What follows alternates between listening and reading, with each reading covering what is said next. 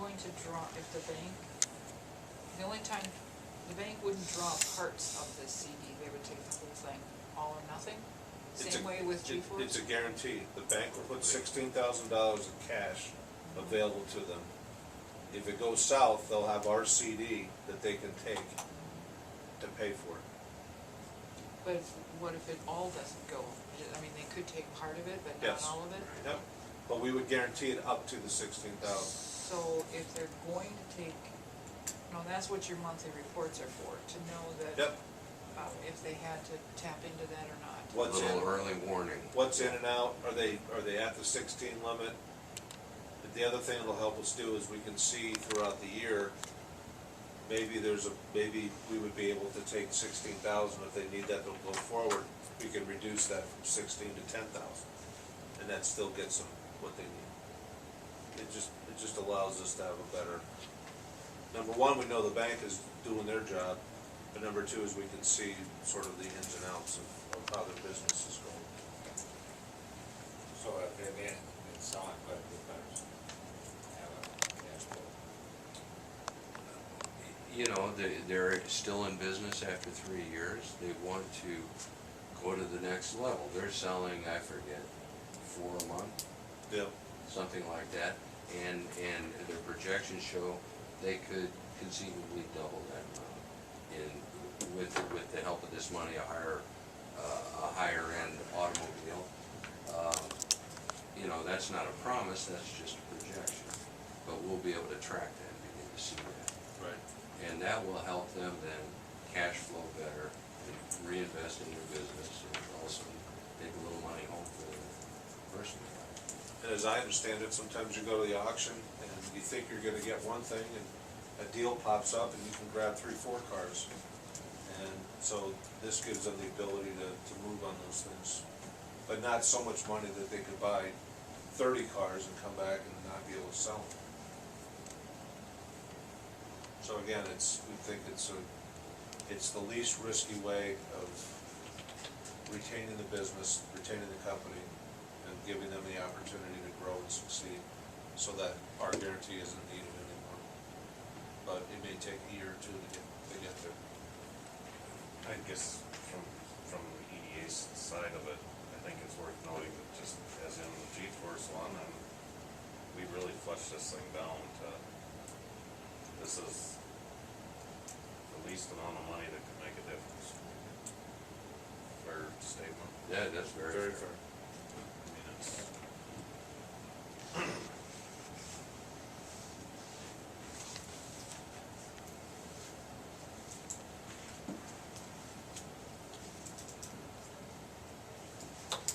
So, and like in this one, the agreement expires at the end of 12 months, so at the end of 12 months, we get the interest that's earned on that CD?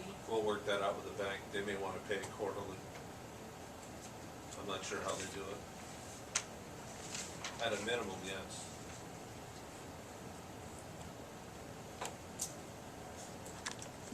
But We're not gonna buy a 2-year CD. the bakers don't have to pay anything if everything works right. They don't owe anything, they don't pay any interest. Right. Just the bank. We have no, this is not a loan to them, we have no contract. Right. But at the end, the bank releases our CD, and we get the money back and whatever interest it's accrued. So the guarantee, I mean, one way to explain that is that this is not, you know, we're not hedging against inflation and being rewarded for risk through interest payments or repayment. This is really in the spirit of retaining a business. Other than that, the EDA doesn't profit much, you know, $60 or $70 maybe on that, when you're with interest. But the risk is still there that in either of these cases that you could use. Absolutely, use the it all, risk, the basically. risk is there. The risk is there. But the risk was there with the loans too. What is the council's pleasure?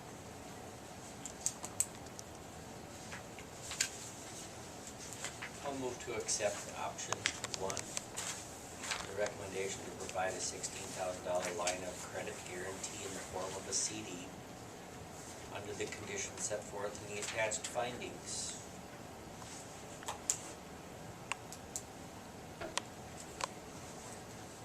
I'll second. Motion by Mr. Punky, second by Mr. Hansi. Any questions or comments? All in favor of the motion, say aye. Aye.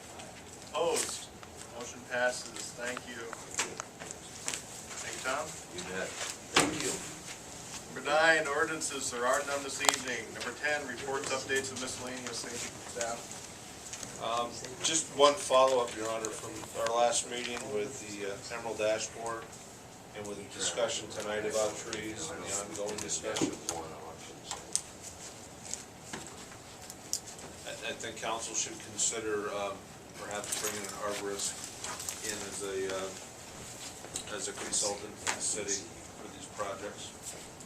We've also met, we're gonna work on the landscape plan for Highway 43, and while the MnDOT's gonna write up that plan and we'll have input, we need to get on top of the Emerald Ash Borer situation, and I'd like to have someone to at least talk to about and get an objective opinion on harvesting trees around town for money or for other reasons, so that we can come back to the council with at least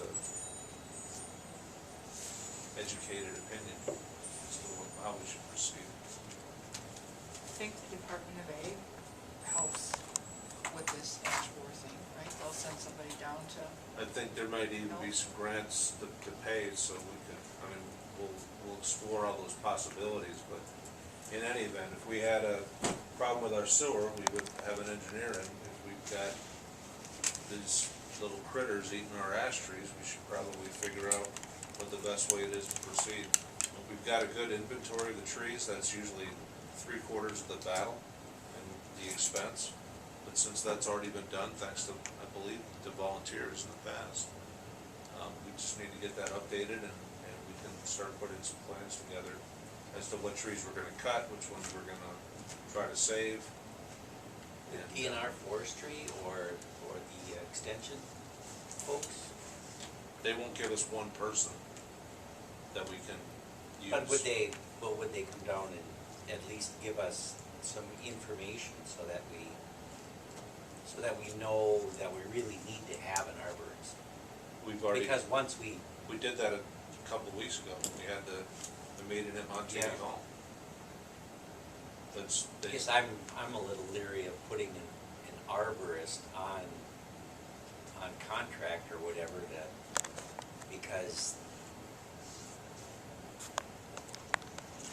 well, at least give me a chance. They're gonna, excuse me for my lack of sensitivity to their position, but they're going to rack up some bills for us in a hurry.